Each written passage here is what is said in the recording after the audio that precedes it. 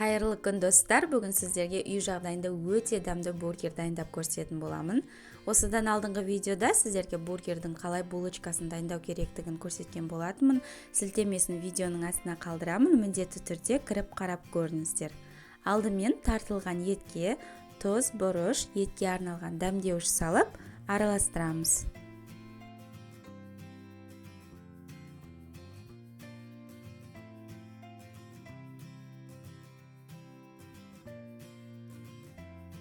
Таразының көмегімен осылай әрқайсысын 90-100 граммнан бөліп аламыз.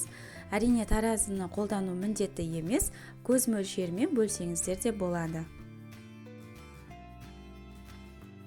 Енді осы котлеттерімізді мұздатқышқа 30 минутқа қоямыз. Орташа отта қызып тұрған майда екі беті қызарғанша қуырып аламыз.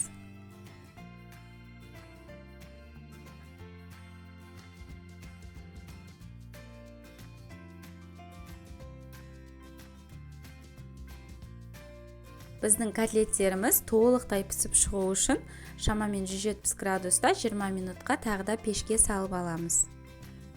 Соусын дайындаймыз. 2 ас қасық кетчупқа 2 ас қасық майонез қосып араластырамыз. Сонан соң бізге қажетті ингредиенттерді видеодағыдай тураймыз.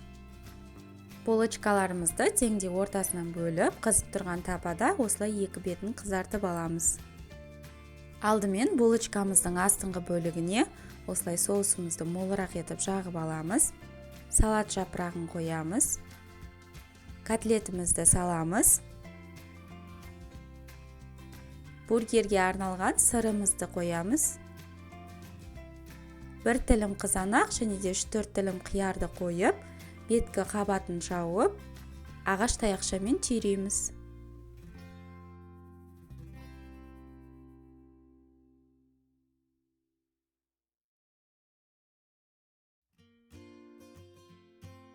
Міне осылайша барлық бургерларымызды жинап дайындап аламыз.